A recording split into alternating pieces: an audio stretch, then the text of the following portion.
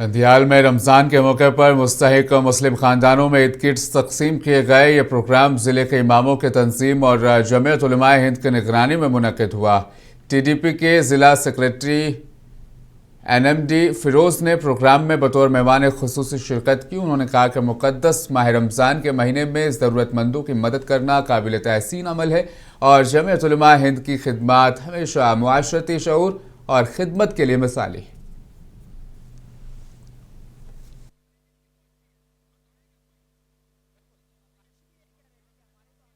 अल्हम्दुलिल्लाह बड़ी ख़ुशी के साथ इस बात को इत्तला देता हूँ कि हमें जमीयतुल उलमा हिंद और मजलिस के जानिब से हमारे बड़े जो हमें हिदायत दिए थे, हमारी रहनुमाई किए थे, आलमी सदर मौलाना अरशद बदरी साहब दामद बरकातहुम और सूबे आंध्रा और तेलंगाना के सदर जनाब हज़रत मौलाना मुफ्ती ग़यासुद्दीन साहब रहमानी क़ासिमी दामद बरकातहुम और आंध्रा और तेलंगाना के जनरल सेक्रेटरी हज़रत मौलाना मुफ्ती ज़ुबैर साहब क़ासिमी दामद बरकातहुम पूरे हम सब मिलकर उनकी हिदायतों से, उनकी रहनुमाई से आज रमज़ान के किट हम गरीबों को दिए हैं और इसके अंदर हमारी खुशी के साथ ताकि वो लोग भी हमारी ईद के अंदर हमारे रोज़ों के अंदर शामिल होने के लिए हम 15 किलो चावल और 650 रुपयों के किट जिसमें नमक है, सब 10 रकम के अद्वियात यानी उसके अंदर दाल, शुगर, सेवियाँ, इस किस्म के तमाम चीज़ें रख कर दिए हैं। तकरीबन 135 किट पूरे शहर नंदयाल के हमारे जितने भी हैं मुस्तहिक लोगों को हम दिए हैं। तो लिहाजा मैं शुक्रिया अदा करता हूं सबका और बड़ों के हक़ में दुआएं देता हूं कि अल्लाह तबारक व तआला उनकी उम्र में बरकत अता फरमा दे और इसी तरीक़े से हम रमज़ान की हर तरह से खिदमत करने की अल्लाह हम सबको भी तौफ़ीक़ नसीब फरमा दे। जमीयतुल उलमा की खिदमतों के साथ सबसे बड़ी ये खिदमत है कि जमीयतुल उलमा यही चाहती है कि हर एक के साथ प्यार और मोहब्बत के साथ ज़िंदगी गुजारे, चाहे मुसलमान हो, हिंदू हो, ईसाई हो, क्रिश्चियन हो और जितने भी हर एक मज़हब के लोग हैं हिंदुस्तान के अंदर, हर एक के साथ प्यार और मोहब्बत के साथ मिलजुल कर रहना है। हमारे बड़े यही चाहते हैं, हम भी यही चाहते हैं कि अल्लाह तबारक व तआला हम सबको मिलजुल कर ज़िंदगी गुजारते हुए ये खिदमत करने की अल्लाह जो मौका दिया है, अल्लाह मैं सबका शुक्रिया अदा करता हूँ। सबसे पहले अल्लाह का शुक्र अदा करता हूँ कि अल्लाह तबारक व तआला ने मुझ जैसे हक़ीर को खिदमत का मौका दिया है। बस इन चंद बातों के साथ अपनी बात को ख़त्म करते हुए अपनी जगह हूँ। आखिर दावाना अल्हम्दुलिल्लाह रब्बिल आलमीन।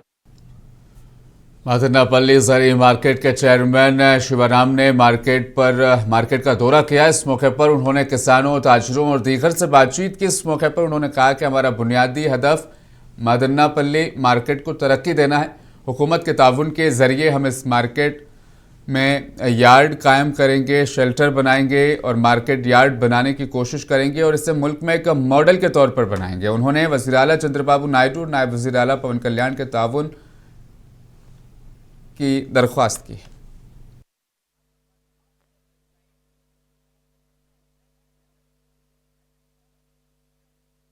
మళ్ళా వివిధ ప్రాంతాల నుంచి అంటే ఇప్పుడు నేను మాట్లాడడం జరిగింది రైతులతో అంతా కూడా కొటాల నుంచి, బండ్రేవ్ నుంచి, తంబలపల్లి నుంచి, పెద్దమండ్యం నుంచి, ఇక్కడ నుంచి ముస్టూరు నుంచి అన్ని చోట్ల నుంచి కూడా ఇక్కడ కాయలు తెస్తున్నారు.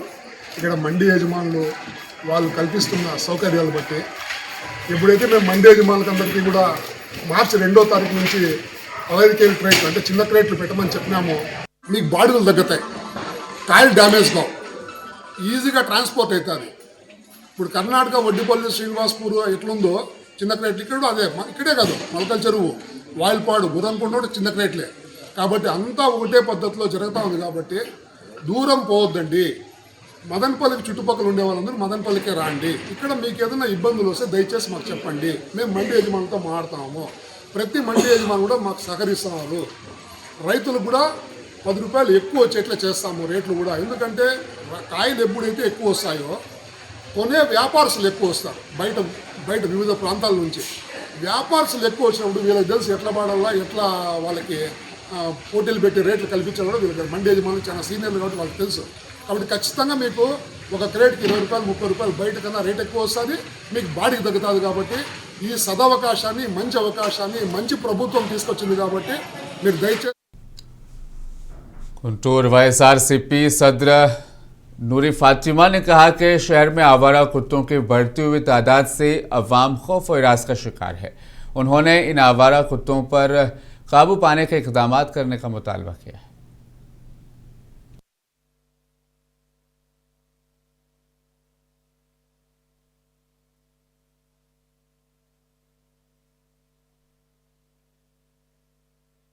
గుంటూరు టౌన్ సంబంధించిన పలు అంశాల గురించి కమిషనర్ గారిని ఒకసారి ఆయన దృష్టికి తీసుకెళ్దాము.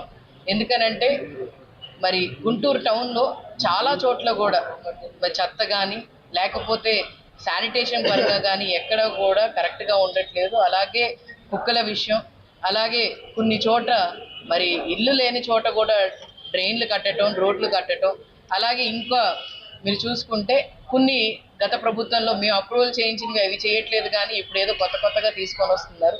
దాని గురించి పలు అంశాల గురించి ఆయనతో మాట్లాడటం జరిగింది. ముందుగా మీరు చూసుకుంటే కుక్కల విషయం మీ అందరికీ తెలుసు. ఒక లాస్ట్ 1 వీక్ బ్యాక్ జీజీహెచ్లో ఏ విధంగా 3 పిల్లలు, అంటే Saturday night, Sunday night, Monday night 3 పిల్లలు నల్ల చెరువు నుంచి కుక్కలు కలిసి ఆ పిల్లోడి పరిస్థితి ఎంత విషంగా ఉందంటే పరిస్థితి ఒకసారి చూడండి. ఇప్పుడు దాకా కూడా మరి కమిషనర్ గారితో మాట్లాడితే ఏమంటున్నారు, మేము దాని గురించి డ్రైవ్ చేస్తున్నాము, లేకపోతే దాని గురించి ఒక టీంని ఇచ్చేసాము అని అంటున్నారు. నేను ఒకటే అడుగుతాను, ఆ రోజు మరి సీఎం గారు వచ్చినప్పుడు కుక్కలు పట్టి అక్కడ ఆ రోజు అన్ని కుక్కల్ని బట్టి మరి ఇచ్చేశారు. తక్షణం జరిగిన ఇన్సిడెంట్ మీద యాక్షన్ ఎందుకు తీసుకోలేదు?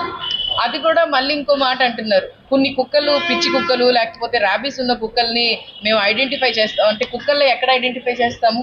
ఎవరు తెలిసిద్ది ఏ కుక్క ఎలాంటిది ఏంటి అనేది మనకు ఎలా తెలిసిద్ది? ఇవన్నీ జరిగే పనులు కాదు. ఏదైనా ఇన్సిడెంట్ జరిగినప్పుడు गुंटूर कलेक्टर ऑफिस में अवामी मसाइल के प्लेटफॉर्म में अवाम ने उनको दरपेश मसाइल को पेश किया। अहदेदारों ने अवामी मसाइल के समाअत के इस मौके पर माली और सेहत से मुतल्लिक मसाइल का शालिनी नामी खातून ने अपने मसाइल को यहाँ पर पेश किया। कलेक्टर ने उनके मसाइल के समाअत की और मुतल्लिका हुकाम को हर मुमकिन मदद फराहम करने की हिदायत दी, जबकि अवाम ने अपने दीगर मसाइल को भी पेश किया। कलेक्टर ने अवामी मसाइल को हल करने मुतल्लिका अहदेदारों को हिदायत दी।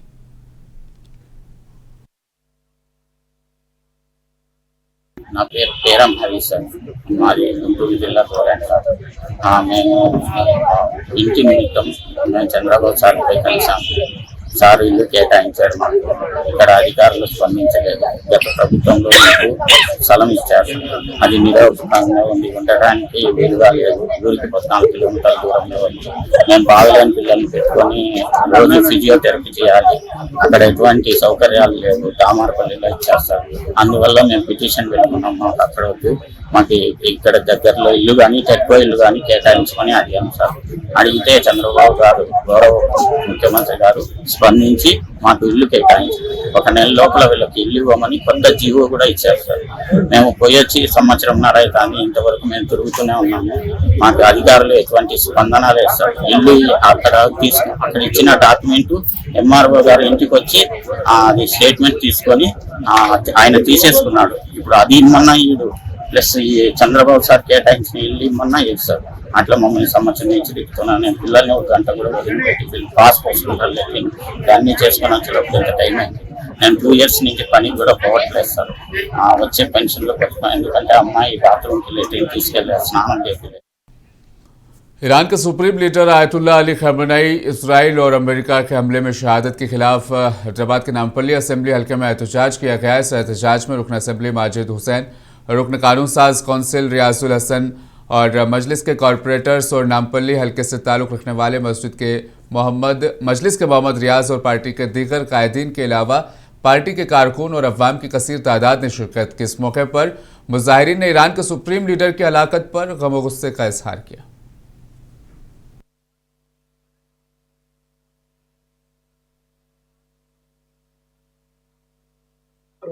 जो सिर्फ 1 घंटे या आधे घंटे की मोहलत में हैदराबाद की सरजमीन ने यह साबित किया कि जब इत्तेहाद की आवाज दी जाती है तो एक साथ सब लब्बैक बोलते हैं और एक मकसद के लिए सब एक ठहरते हैं। मैं इसमें यहाँ पर मेरी पार्टी और मेरे जानिब से मजलिस इत्तेहादुल मुस्लिमीन की जानिब से मैं आयतुल्लाह खमीनी साहब को जो शहीद किया गया उसकी सख्त मजम्मत करता हूँ।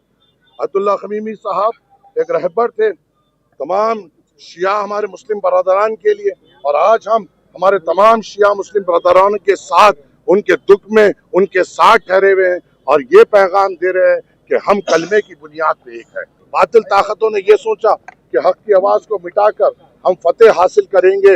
अल्हम्दुलिल्लाह इनकी सोच से आगे हमारा हौसला और हमारा अज़म है। इंशाअल्लाह ताला ये हमारे इरादों को कभी कमजोर नहीं कर पाएंगे।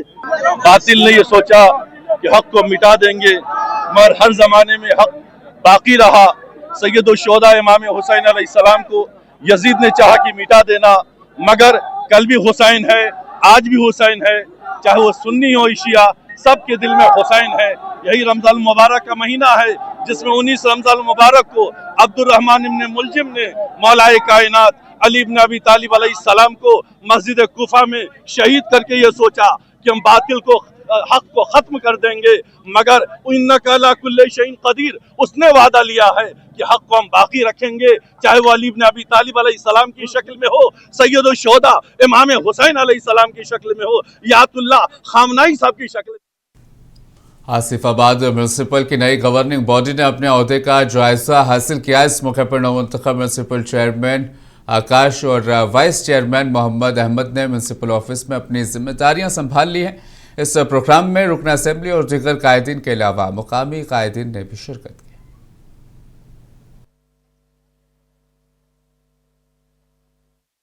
इजराइल और अमेरिका की जानिब से ईरान पर किए जाने वाले हमलों के खिलाफ आज बाद नमाज ज़ोहर जामा मस्जिद निर्मल के आते में मुसलमानान ने निर्मल की जानिब से का एहतजाज किया गया और इस मौके पर इजराइल और अमेरिका की बर्बरियत के खिलाफ आवाज़ उठाई गई। इस मौके पर जामा मस्जिद ढाक कमेटी के जिम्मेदार मोहम्मद सलमान शेख, अजहरुद्दीन और इम्तियाज़ अहमद ने हुकूमत हिंद से मुतालबा किया कि वो इस मुश्किल वक्त में ईरान का साथ दें।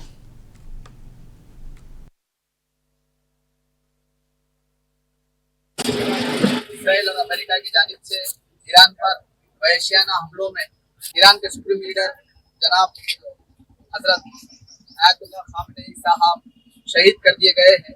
साथ ही साथ ईरान और इजराइल और आंध्र प्रदेश पुलिस के 5 खवातीन एहलकारों ने बड़ा कारनामा अंजाम दिया है। उन्होंने मंशियात के खिलाफ शऊर बेदार करने के लिए 510 किलोमीटर साइकिल रैली में हिस्सा लिया। इस मुहिम को ड्रग्स के खिलाफ साइकिल की फतह रैली का नाम दिया गया। मकसद मंशियात के सेहत पर मनफी असरात के बारे में अवाम में आगाही पैदा करना था।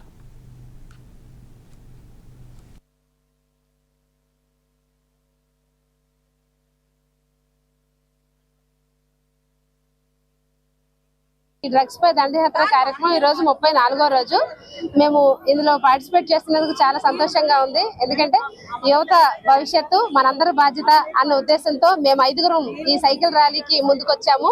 సో విజయవంతంగా పూర్తి చేసుకుంటున్నాం ఈ రోజుతో।